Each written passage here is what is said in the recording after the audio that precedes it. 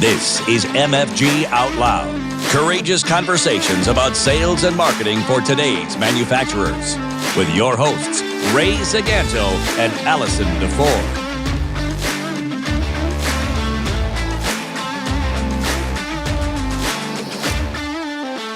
Hey, Trailblazers, welcome back to the 21st episode of MFG Out Loud. We are so thrilled to have you here.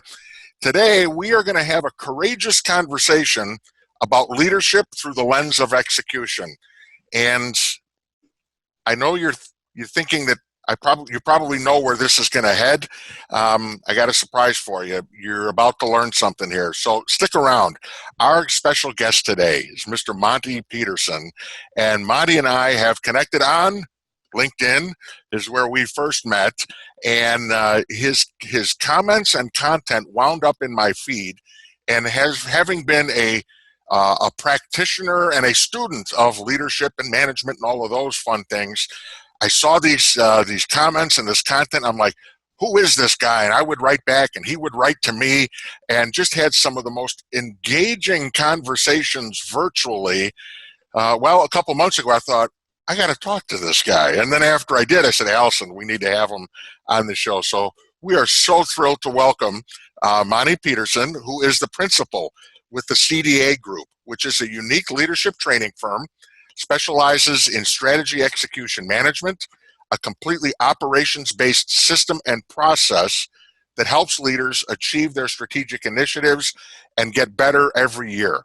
Now that sounds impressive, and it's very well crafted. Let me tell you why that matters. And I got these from Monte. Less than 15% of all organizations have any sort of a system or process that helps them execute better. Now get this, over 70% of CEOs and owners attribute their failure to achieve key strategic initiatives on a lack of execution.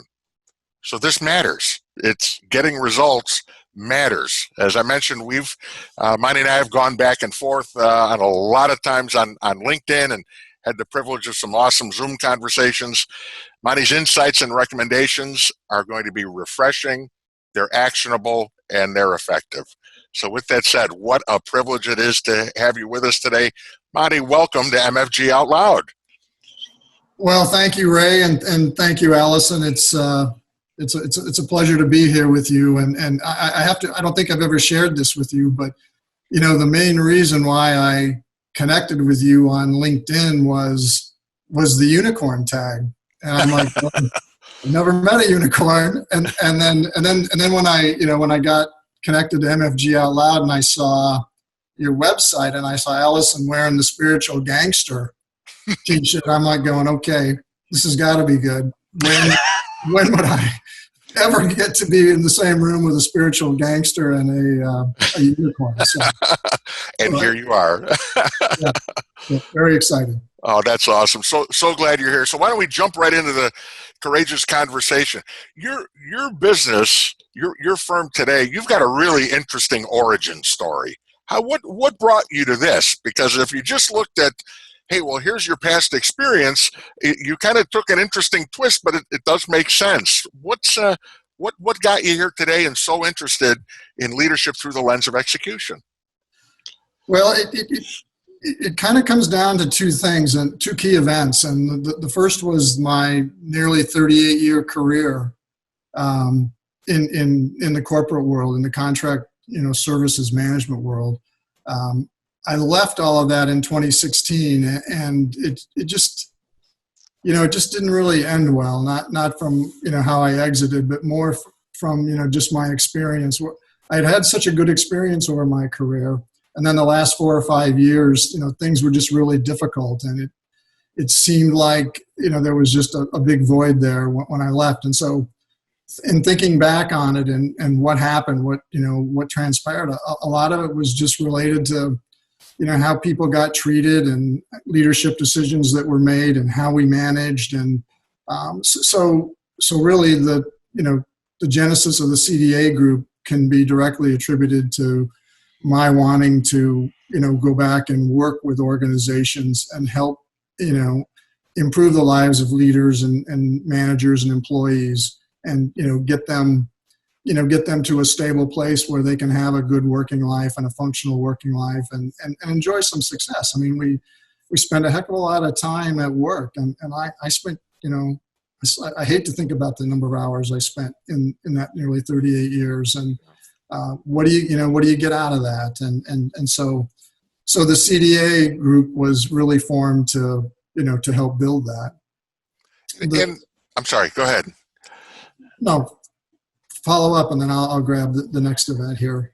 No, I was just, it just occurred to me, because if you've been in the workforce long enough, you accumulate those moments where it's like, I wonder how they came to that decision, or do they realize the decision that's coming down, how it's rippling, through the organization. So I can totally understand that, having that perspective.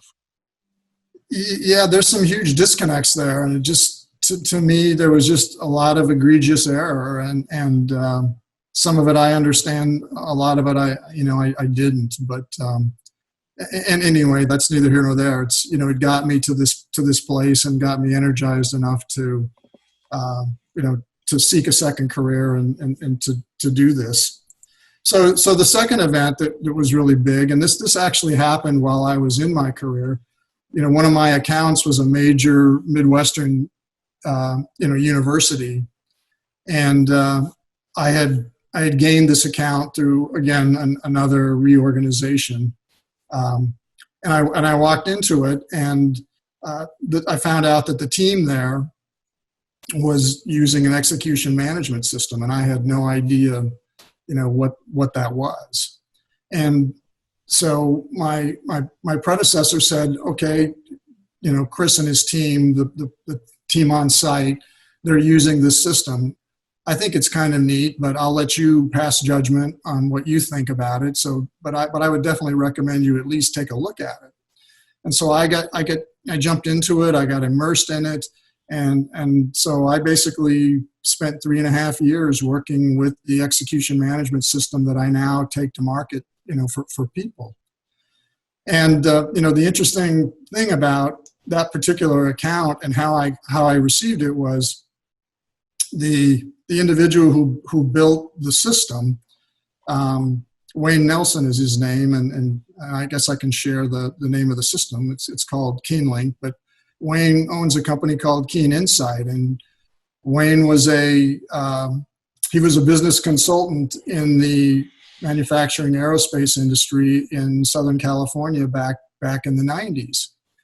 And he had a client who came to him and said, my people are totally disconnected from what I'm trying to do. He said, they're lost. I need something that, brings them into line with what I'm doing, and so they can understand how to contribute. So Wayne went home that night. It was like a Thursday night, and his wife was, I can't remember if she was an organizational psychologist or if she's studying to be that at the time, but he said, honey, guess what I did? I committed to Randy that we're going to create a system for him that can link his people, to his strategy. And I don't think, she had too many kind words to say to him that night. But they sat down, and over the course of a weekend, they built a paper-based system that essentially did that aligned the daily tasks and activities of everybody on Randy's team with the strategic objectives of the organization. And they took it to him, and he liked it, and they implemented it. And at that point, it changed, Wayne and Keen Insight's trajectory in the business. So, that was roughly right around 2000. Wow. And so for the last, 20 years, Wayne has just focused on management execution. And so the connection back to my client, the major Midwestern university, was that I had a resident district manager who ran that particular operation. His wife worked for Wayne Nelson. And so Wayne had basically, went to Chris, her husband, and gave him the keys of the castle, showed him the system, and started working with him, on it. And so that's kind of how I fell into it. And, I've been going strong now with it for 4 years. But the amazing thing was when I started doing it, and the more and more I got engaged with it, and how the positive results that I saw it happening through it, just made me say, once I'm done, or if I ever do leave this, this industry, this is something that I could see myself doing, very easily. That's awesome. And for the record, I believe that Midwestern University happens to be a place where Allison and her family are making a significant annual contribution right now, if I'm not mistaken. Indiana, right? Yeah, it's Indiana University. You're invested like a lot of us out in higher ed. so that small piece of asphalt in one of the parking lots at this point. Yeah, well, trust me, they don't turn that down. Whatever small piece you want to pay for, they'll take it. That's awesome. One thing that caught my attention about the work that you're doing is you talking about EQ, or emotional intelligence. And my firm felt that's been the cornerstone of how we help manufacturers go to market for the last 9-10 years. And so then to hear somebody who's in, talking about management execution and leadership, talking about EQ, my antennas went up. And then to see all the thought leadership just pouring out of you, I thought, I'm with Ray. I thought, oh yeah, this is somebody that we have to know and share with our tribe, because maybe you could share a little bit with our listeners about EQ and why that's so important to your process. Yeah, and if I could just put the cart before the horse a little bit, I look at strategy execution management as a framework. If I were to position it metaphorically, I would say that management execution is the scaffolding that holds up the business, right? And execution management, when you execute well, you've got control of the business. I mean, you know what's happening top to bottom inside your organization. And so really what that gives you, not only in delivering good business results, but it gives you time. And so, why I go to market and why I espouse as being the framework that, leaders can use to build emotionally intelligent organizations is that when they get to that point where they're able to deliver at a level that they're comfortable with and they're happy with, we've got the time to develop leadership. We've got the time to teach social emotional learning, because I think those are obviously two of the most valuable attributes that, any organization, can offer, beyond the impact that they have on business, right? The ability to make collaboration work better, getting people to build trust and respect between each other and understand, what other people are thinking. It's that self-awareness and the awareness of others. I think from an emotional intelligence standpoint, Allison, that you're talking about, that's so critical, in business. We have these emotions and, these feelings, but, we're never prompted to understand them and why we're doing that. But if you can teach people to, recognize them, understand them, label them, regulate them, you're going to have a much better equipped workforce and a much happier workforce, because people are going to achieve an understanding that they're just not getting right now. And, in most organizations, we're still playing by society's rules in a lot of different ways. And that's, I just sort of see that as a bad thing. Well, don't you? I'm sorry, Allison, go ahead. Just real quick. Don't you think that by teaching people, right, giving them the skills, to me, it's the difference between, yeah, I hear empathy thrown around a lot these days, but it's the difference between knowing what empathy is and practicing being empathetic on a daily basis to the point where it just becomes natural. How you connect with people, how you relate to them.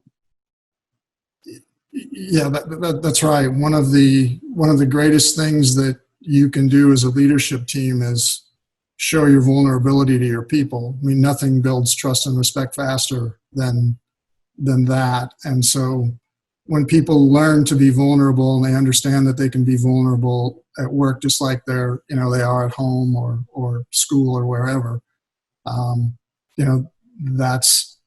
that gets people excited. I mean, it gets people moving. They feel like they understand you, that you care for them, and we all know what happens, right? When people that care, we work 10 times harder for them, right? Yep. And so you're going to see some, amazing results from just, even if you get a quarter mile down the road on social emotional learning, there are going to be people that benefit. And again, it just sort of builds upon itself. If you get that far in, chances are the people on the leadership team are going to carry it further because it's just having that much of an impact on your business. It's interesting that the framework that you talk about, I mean, it's manifesting itself in the conversation. What really resonated with me was the notion of, within the framework, as you start to do things better, you create time, and that time in some ways creates a vacuum. Now you can use it for good or evil. For good, and you posted, I think, about this today. Your people in an organization have to have the time to work on tasks as well as continuous improvement things, whether those are individual or those are departmental or whatever. Perhaps in a broader sense, give them time to think. And I can see in that framework where if you free up all this time, the first thing, or a temptation for leadership would be, well, we've created all this time, fill it up. And you kind of lose, well, if you use it a little differently, instead of thinking task, think a little more strategically about it, you may be getting a much different result down the road. That makes sense? Yeah. Because Ray, we're already filling up our time, our dance card at work. We are, and we're doing it with our daily responsibilities, right? And the daily fires that kind of happen with it. And a lot of times that just becomes an excuse for not improving the organization. It's all I can do to, do my job, to do this. I can't, so if you can get that under control and teach people how to manage it effectively, all of a sudden you get them focusing on the improvement activities, and then all of a sudden, you're doing things better and you're working, across functional areas much more effectively, and great things are starting to happen. So, you just need to understand that improvement activities are the only things that are going to make your organization better. You can kind of dabble along and stumble along and, achieve the same results. But if you can drive the improvement side of things, then, the sky's the limit in terms of what you can accomplish as an organization. Well, and you shared a post today, and I actually printed it out because I loved it so much today on LinkedIn. So everybody follow Monte on LinkedIn, first of all. And secondly, look at his post from July 23rd. And this ties in exactly with what you just said. And I almost fell out of my chair when I read this statistic. 85% of leadership teams spend less than 1 hour per month discussing strategy. Less than 1 hour per month. So if you add that up, they're spending a day and a half total talking about strategy. And I have found that to be true with my clients as well. I would love it if you would maybe chime in here, because what you were just saying right before I said this was, using that extra time for improvement. So how do you think, I guess my question really is, does your model help them structure their time better so that 85% would shrink considerably to a much smaller number? Yeah, yes. The time structuring happens, with the priorities. When you assemble around execution management, you're settling annually on a set of strategic initiatives, and those drive everything that you do. they're the priority, and you cascade that through the organization, and you drive it down so that everybody else knows how they can contribute as well. But I think with respect to leadership and why it's so limited, the time they spend on it, is because there's sort of this this recognized passivity that execution is inherent in what we already do. Right. And they don't recognize it as a separate discipline that's needed, that's what it's going to take in order to move to the next level, or to elevate your organization, or to really hit your aspirations. And so people say to me, well, we already do execute, and and they're right. Some people do it pretty well. Most of what I see in the marketplace are legacy businesses or family-owned businesses that have been raised from the bottom up. Those organizations tend to stick together and have consistent leadership, and they figure it out. But there's a lot of people with transplanted leadership, and a lot of reorganization. I mean, leaders tend to just treat the symptoms of execution when they run into a problem, right? They'll do a restructuring, or they'll bring in people like us to do trainings, and they'll attack the cultural aspects separately. They'll do all these things, but really sit down and say, okay, we just need to be more strategic in our thinking and in our planning, and how we do these things. And the way I look at it, Allison, if a leader only has an hour a month to spend on that, then they don't have enough time to do their job. I agree. And I don't mean to hog the questions, Ray. I have one more. Go for it. Regarding that too, you had mentioned in this post that a quarter of typical company employees have access to the strategic plan. And I too have seen the same thing with just about every company I've worked with. I know Ray and I have talked about it numerous times. Why do you think that leadership doesn't share the strategic plan with everybody so that everybody is on board? I think they really lack the understanding of how to translate it effectively throughout the organization. So what they have a tendency to do is call a big town hall meeting, bring everybody in, get everybody fired up, explain what they're going to do, and basically the audience reaction is fine, let me know when we get there. I'm going back to work. Yeah. And so there's just this huge disconnect. They take it.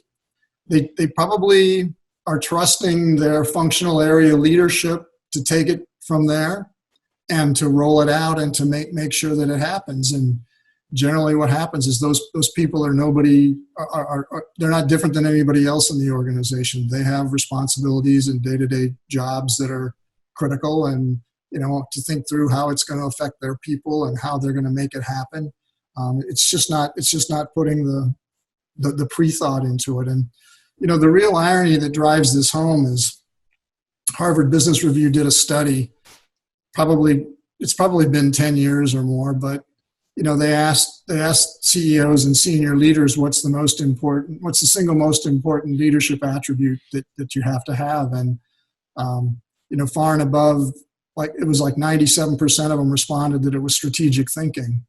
And then in another survey, same thing, 10,000 senior leaders, CEOs, they asked, well, if strategic thinking is the most important attribute, do you do that? And the overwhelming response was, no, I don't have time. So the irony of that statement alone just tells you there's a lot of confusion around strategy and strategy execution. How do we get this out to the people? Because in reality, individuals execute. Organizations, you can make the case they do certain things on their own together, but it's really the culmination of all the efforts of the people on your team 24/7 365 that makes the difference. And there's a huge flyby there. So yeah, getting close to the end, so I'm going to ask Ray too. I know he's got more questions. So this could be a mini series, but I guess a good chance to kind of circle all the way back, because I think we're in enthusiastic agreement that the strategic planning and connection and or absence of connection to execution is hurting, certainly holding back a lot of businesses. And what I thought was, one of the things you commented on earlier in the episode, and that you and I have talked about before, is that there is a process. It's not just a matter of coming in and putting the executives in the conference room and go, there's a better way, I will show you how.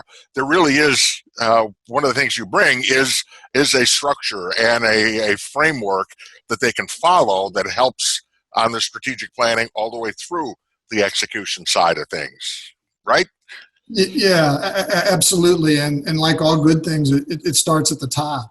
Yeah. And so, in working with leaders, before I even contract or start working with an organization, I really need to kind of feel the leadership out. And so we sit down and we do what I call an executive pilot, which is basically 4 to 5 weeks.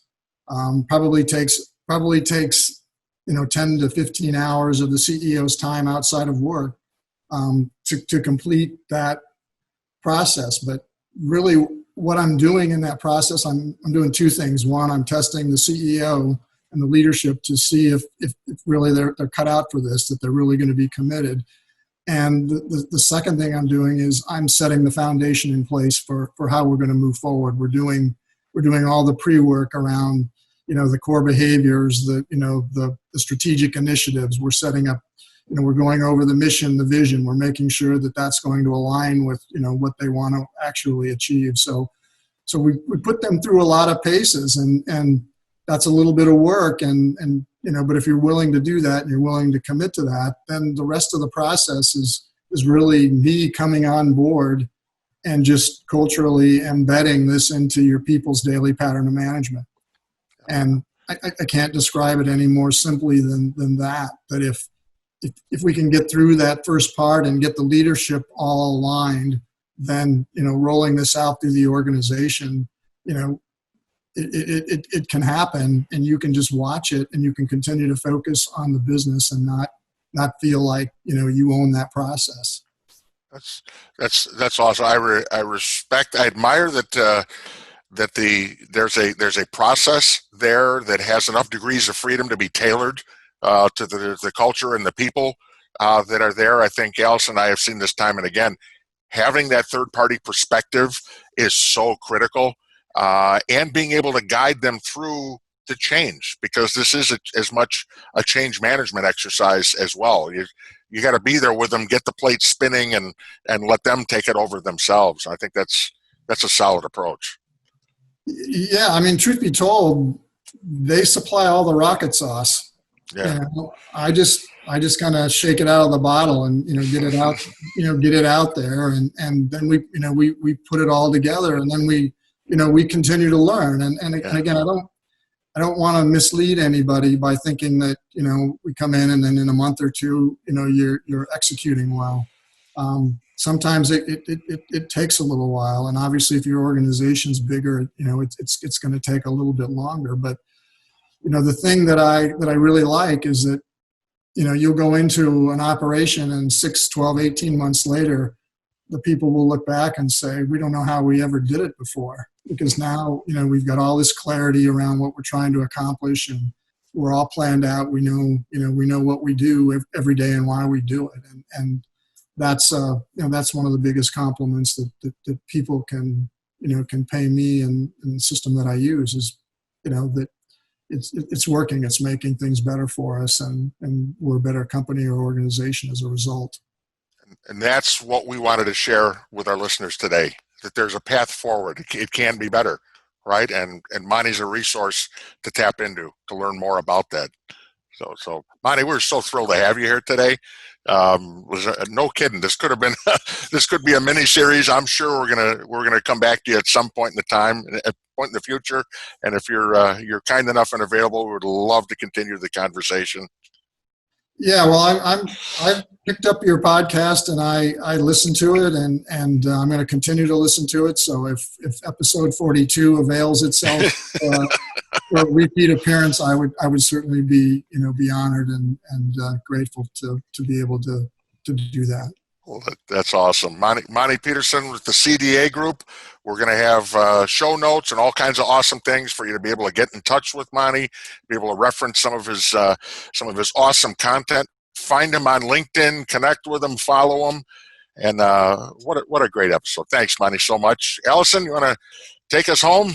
Absolutely. Yeah, you are the full Monty, by the by, and we really admire and appreciate you, and we appreciate you listening to the podcast and sharing it with your tribe. And for anybody listening, if you haven't already, and there are many of you who listen but haven't subscribed yet, please do that.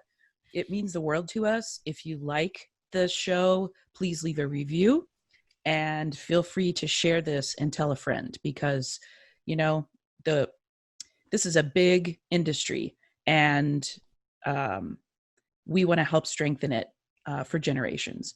So it means the world to us for all of us to stick together. So thanks for listening, and everybody keep manufacturing out loud, because we need you. Until next time. Thank you for listening to MFG Out Loud with Ray Zaganto and Allison DeFore. You can subscribe and find show notes at mfgoutloud.com.